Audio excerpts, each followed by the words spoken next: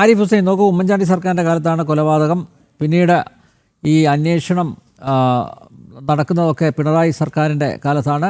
കോടതിയിൽ 2 പേർ മൊഴിമാറ്റി പറഞ്ഞു. പ്രധാനപ്പെട്ട 2 സാക്ഷികളാണ്, KSUവിൻ്റെ നേതാവ്, SFIയുടെ നേതാവ്. അപ്പോൾ നോക്കൂ, ഇവർ ഈ നേരത്തെ അഡ്വക്കേറ്റ് ശ്രീ പത്മനാഭൻ അതുപോലെ ഈശ്വരപ്രസാദൊക്കെ ചൂണ്ടിക്കാണിച്ചതുപോലെ ഇത്തരം ആൻറ്റി സോഷ്യൽ എലിമെൻസിനെ, സാമൂഹ്യ വിരുദ്ധ ശക്തികളെ, മത തീവ്രവാദികളെ, മതഭീകരരെ പ്രോത്സാഹിപ്പിക്കുന്ന ഒരു സമീപനം ഇവർ സ്വീകരിക്കുന്നു. അതിൻ്റെ ഭാഗമായിട്ട് തന്നെയായിരിക്കില്ല ഒരു പക്ഷേ ഇങ്ങനെയൊരു വിധി ഉണ്ടായത്.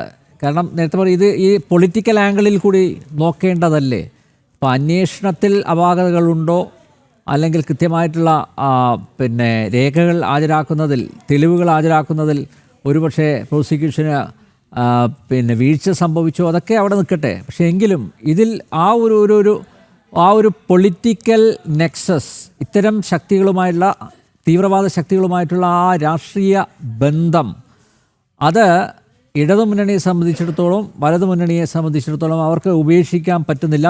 ഇനി സംഭവിക്കാൻ പോകുന്നത് അഭിമന്യുവിൻ്റെ കാര്യത്തിലും ഇത് തന്നെയായിരിക്കില്ലേ. കാരണം യഥാർത്ഥ പ്രതികളെ നിയമ സംവിധാനത്തിന് മുന്നിൽ കൊണ്ടുവരാൻ സാധിച്ചിട്ടില്ല. അതും 2018 ഇടത് സർക്കാർ ഭരിക്കുന്ന സമയത്താണ്. അവിടെ അഭിമന്യുവിൻ്റെ കുടുംബത്തിനും നീതി ലഭിച്ചിട്ടില്ല. അഭിമന്യുവിൻ്റെ കുടുംബം കോടതിയെ സമീപിച്ചിരുന്നു വിചാരണ പൂർത്തിയാക്കണമെന്ന്. പക്ഷേ അതിലും വലിയ അനക്കമൊന്നും ഉണ്ടായിട്ടില്ല. അപ്പോൾ സ്വാഭാവികമായി ഈ ഒരു ഒത്തുതീർപ്പ് അത് നമ്മുടെ സമൂഹത്തിന് തന്നെ വലിയൊരു ഭീഷണിയല്ലേ ഉയർത്തുന്നത്?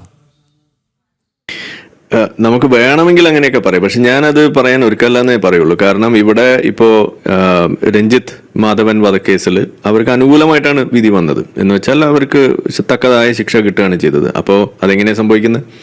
അപ്പോൾ നമ്മൾ ഈ പറയുന്ന രാഷ്ട്രീയപരമായിട്ടുള്ള ഇടപെടലുകൾ ഉണ്ട് എന്ന് പറയുമ്പോൾ പരോക്ഷമായിട്ട് നമ്മൾ സമ്മതിക്കേണ്ടി വരുന്നത് അത്തരത്തിലുള്ള ഇടപെടലുകൾ കൊണ്ട് ഇത് ഈ കോടതികളിലും അതിലുള്ള വ്യവഹാരങ്ങളിലും ഇങ്ങനെ ഇടപെടാൻ കഴിയുമെന്നത് സ്ഥാപിച്ച് നമ്മളും കൂടി കൊടുക്കുക എന്ന് പറഞ്ഞു കഴിഞ്ഞാൽ, അല്ലെങ്കിലേ പൊളിഞ്ഞുകൊണ്ടിരിക്കുന്ന ആ വിശ്വാസം, ഈ പറയുന്ന നീതി വ്യവസ്ഥയിലുള്ള വിശ്വാസം, അത് കൂടുതൽ വേഗത്തിൽ പൊളിയും.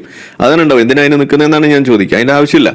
കാരണം അവർക്ക് അനുകൂലമായ വിധികൾ വരുന്നു, പ്രതികൂലമായ വിധികൾ വരുന്നു. അതിൻ്റെ കാരണങ്ങൾ നമ്മൾ അഡ്രസ്സ് ചെയ്യണം. അതിന് വേണ്ടതൊന്നും അല്ല ഈ പറയുന്നത്. പക്ഷേ സ്വാഭാവികമായിട്ടും ഇവിടെ ഇത്തരത്തിലുള്ള ഒരു കൂറുമാറലും അതുപോലെ മൊഴിമാറ്റലും ഇഞ്ചാതി സംഗതികൾ നടക്കുമ്പോൾ സ്വാഭാവികമായിട്ടും ഇതിനോടൊരു സോഫ്റ്റ് കോർണർ അത് നമുക്കിവിടെ വ്യക്തമാണ്. അതിൽ സംശയമൊന്നുമില്ല.